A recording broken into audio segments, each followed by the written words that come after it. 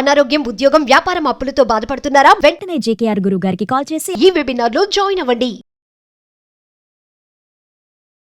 Hi hello నమస్తే, welcome back to Suman TV. ప్రముఖ జ్యోతిష్యులు, life coach, money skills, law of attraction, Brahmasri doctor JKR garu ఉన్నారు. గురుగారితో మాట్లాడదాం. నమస్తే గురుగారు. నమస్కారం అమ్మా. గురుగారు, మరి అక్షయ తృతీయ వస్తుంది. అవును, మరి బంగారం ధరలు చూసుకుంటే ఎప్పుడు పెరుగుతాయి, ఎప్పుడు తగ్గుతాయి అనేది తెలియటం లేదు. అయినా జనాలు మాత్రం కొనడానికి ఎక్కడా కూడా ఆగడం లేదు. అవును. మరి అక్షయ తృతీయ అనగానే కూడా ఆ రోజు ఖచ్చితంగా బంగారం అనేది చిన్న ఎత్తైనా సరే కొని పెట్టుకోవాలి ఇంట్లో అని అంటారు కదా. అవును. అది ఎంతవరకు నిజమంటారు? ఆ రోజు మనం బంగారం కొంటే మరి సిరి సంపదలన్నీ కూడా మన ఇంటి నిండా ఉంటాయా అంటే ఏం చెప్తారు? మంచి క్వశ్చన్ అడిగారు. చాలా మందిలో ఈ డౌట్ ఉంది. వాస్తవంగా ఏంటంటే అమ్మ, బంగారం కొనుక్కోమని చెప్పటం అనేది అనాదిగా ఎవరో చెప్పారు, అది అనాదిగా అందరూ నమ్మి ఆచరిస్తూ ఉన్నారు. వారిని మనం అప్సెట్ చేయటం అంటే మా మాటలతో వద్దు అని చెప్పటం కన్నా, వాస్తవంగా బంగారం కొనటం కన్నా బంగారమైన పనులు కొన్ని ఉన్నాయమ్మా. అంటే దానికన్నా రెట్టింపు ఫలితాన్ని వచ్చాయి. బంగారం కొనటం వల్ల వీరి నమ్మకం. మనం ఏమంటున్నాం, ఏది భావిస్తే జరుగుతుంది అంటున్నాం. కాబట్టి కొనుక్కోవాలి, కొనుక్కుంటే పెరుగుతుంది అనేవారు ఓకే కొనుక్కోండి. కానీ వాస్తవంగా అదే అక్షయ తృతీయ రోజు ఇలాంటి పనులు చేసినందువల్ల కన్నా నేను చెప్పేవి చేస్తే రెట్టింపు ఫలితాలు వస్తాయమ్మా. ఎందుకని? అక్షయ తృతీయ వైశాఖ శుద్ధ తది నాడు వస్తుందమ్మా. ఈ అక్షయ తృతీయ రోజు అసలు ఈ అక్షయ తృతీయ ఎలా ప్రారంభమైంది ముందు మనం అది తెలుసుకోవాలి.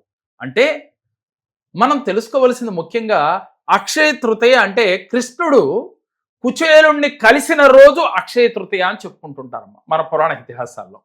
ఇకపోతే పాండవులు వనవాసంలో ఉన్నప్పుడు, పాండవులు వనవాసం చేస్తున్నప్పుడు ధర్మరాజుకి సూర్య భగవానుడు అక్షయ పాత్ర ప్రసాదించిన రోజు అని కూడా చెప్పుకుంటారు. అలాగే వ్యాస మహాముని వినాయకుడు సహాయంతో మహాభారతాన్ని లిఖించిన రోజు అని కూడా చెప్తుంటారు. చూడండమ్మా, ఇదంతా కూడా ఒక ప్రత్యేకమైన పర్వదినం. ఆ రోజు అంటే కొన్న చరిత్రలు ఈ రోజున జరిగినాయి, అందువల్ల ఆ రోజుకి అంత ప్రత్యేకత ఉన్నది. ఇలా చేయటం వల్ల ఆ రోజుకు ఒక విశిష్టత ఉన్నది. అందువల్ల మనం ఏది చేస్తామో అది రెట్టింపై వస్తుంది. అక్షయ పాత్ర అంటే అసలు ముందుగా క్షయము కానిది, వృద్ధి చెందేది అని అర్థం. దాన్నే అక్షయ తృతీయ అని అన్నాం. అక్షయ తృతీయ రోజు మీరు చేయవలసింది బంగారం కొనటం అనేది మీ ఇంట్రెస్ట్ను బట్టి కొనుక్కోండి. కానీ వాస్తవంగా ఈ విషయం చెప్తే అందరూ నిజమా అనుకుంటారేమో. బంగారం కొనటం కన్నా బంగారాన్ని ఓపిక కొలది ఇంచెత్తు బంగారమైన దానం చేస్తే రెట్టింపు వస్తుంది. అమ్మో, ఇది వాస్తవం అంటే మీ నోటి నుంచి అమ్మో అనే ఒక మాట వినపడింది. ఎందుకని? వాళ్ళున్న రేటును బట్టి మనం అలాగే అనుకుంటాం. ఎందుకని? ఏది ఇస్తామో అది వస్తుంది. కానీ మనం ఏం చేస్తున్నాం, ఏది తెస్తామో అది వస్తుందనే ఫీల్తో మనం ఉన్నాం. వాస్తవంగా మీరు ఇంకో క్వశ్చన్ కూడా అడగొచ్చు, మరి గురువుగారు ఇంత రేటు ఉంది, దానం ఎలా చేయాలి? అది ఓపికను బట్టమ్మ. అయితే బంగారంతో సమానమైన బెల్లము కూడా దానం చేయవచ్చు, బంగారం దానం చేయని వాళ్ళు. దీంతో పాటుగా గొడుగులు దానం చేయాలమ్మ. వైశాఖ మాసము అనగానే ఎండల్లో లేని వాడికి గొడుగులు దానం చేయాలి. అలాగే చెప్పులు దానం చేయాలి. ఎన్నిటికి మించి మనం చలివేంద్రాలు ఏర్పాటు చేసి వాటర్ని 10 మందికి వితరణ చేయాలి. ఇది అక్షయ తృతీయ రోజు గనక ప్రారంభించి మీరు చలివేంద్రాలు పెట్టి ఏర్పాటు చేసిన, లేదు ఆ రోజున లేని వారికి గొడుగులు దానం ఇచ్చిన, లేక చెప్పులు దానం ఇచ్చిన, వస్త్రాలు దానం చేసిన, అలాగే అన్నదానం చేసిన, మనం ఏది దానం చేస్తామో ఇది 7 జన్మల వరకు కూడా మనకు సరిపడా వచ్చేస్తుంది.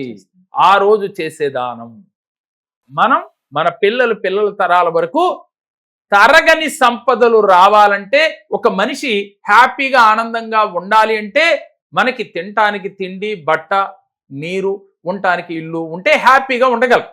అయితే మనం ఎప్పుడైతే లేని వారికి దానం చేస్తున్నామో దానికి రెట్టింపు మనకి తిరిగి వస్తుంది. మనం ఏం చేస్తాం, బంగారం కొనుక్కుని అమ్మవారి దగ్గర పెట్టి పూజిస్తూ ఉంటాం. సరే, తప్పు లేదు, బంగారంలో కలిపురుషుడు ఉన్నాడు అని చెప్తుంటాం. వాస్తవంగా మరి కలిపురుషుడు ఉన్నప్పుడు ఎలా ఉంటది? కలిపురుషుడు అంటేనే తెలిసింది అందరికీ.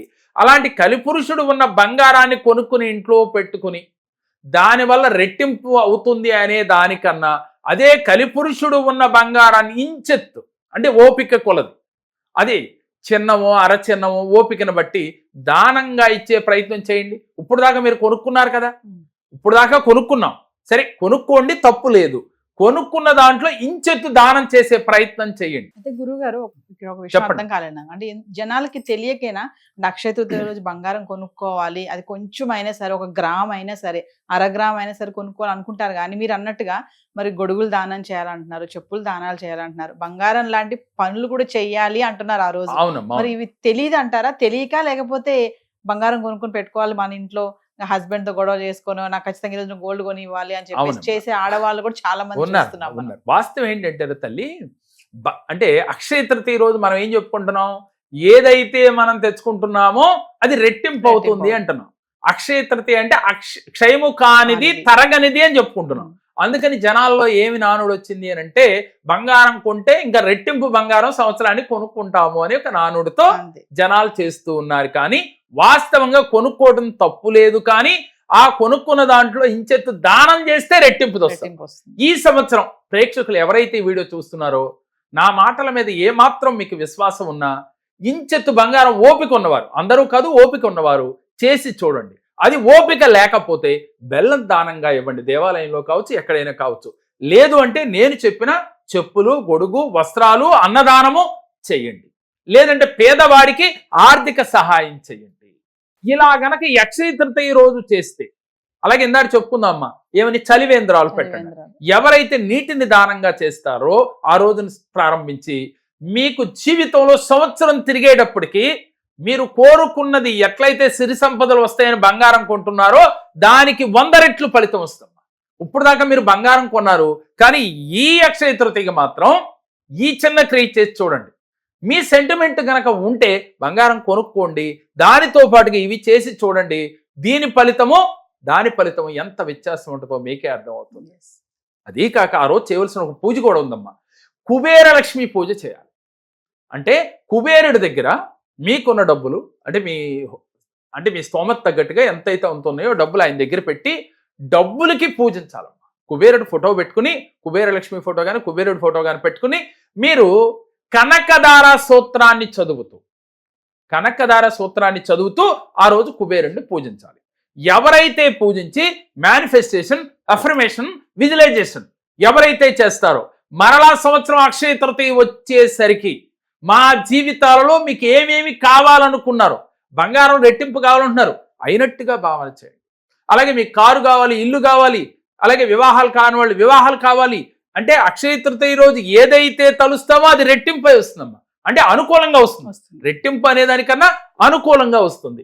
కాబట్టి మీరు ఎవరైతే ఈ సంకల్పం చేస్తారో అక్షయ తృతీయ రోజు ఈ యొక్క కనకదార సూత్రం చదివి కుబేర లక్ష్మి పూజ చేసి మీకు విజయం తథ్యం, కోరుకున్న జీవితం వెంటనే పొందవచ్చు తల్లి. ఆ రోజుకి అంతటి ప్రత్యేకత ఉంది. గురుగారు ఒకసారి మన క్లాసెస్ గురించి తప్పకుండా అమ్మా.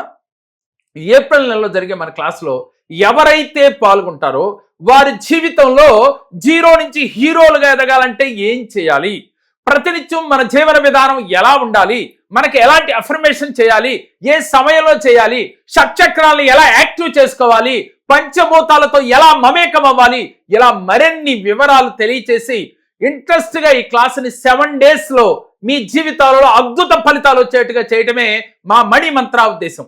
కాబట్టి ఎవరైతే ఇంట్రెస్ట్ గా ఉన్నారో రిజిస్ట్రేషన్ చేయించుకుని మీరు ఈ క్లాస్ లో జాయిన్ అవ్వాల్సిందిగా కోరుతున్నాం. నా పేరు మహేశ్వరి. నేను ఇదివరకు చాలా సమస్యలు ఉండేదాన్ని, కానీ జేకే సార్ దగ్గర వచ్చిన దగ్గర నుంచి కూడా చాలా సమస్యల నుంచి గట్టెక్కాను. నేను అన్ని విధాలా చాలా మంచి జరిగింది నాకు. అందుకే నా పిల్లల గురించి కూడా మళ్ళీ నేను సార్ దగ్గర వచ్చాను. సో వ్యూవర్స్, మరి ఎవరైతే ఈ వీడియోస్ చూస్తున్నారో స్టార్టింగ్ నుంచి ఎండింగ్ వరకు చూడండి. ఏప్రిల్ లో జరగబోయే గురుగారి ఆన్లైన్ క్లాసెస్ కి, మనీ మంత్ర క్లాసెస్ కి ఎన్రోల్ చేసుకోవాలనుకున్న వాళ్ళు కింద కనిపిస్తున్న నెంబర్ కి కాల్ చేస్తే మా టీం మీకు అందుబాటులో ఉంటుంది.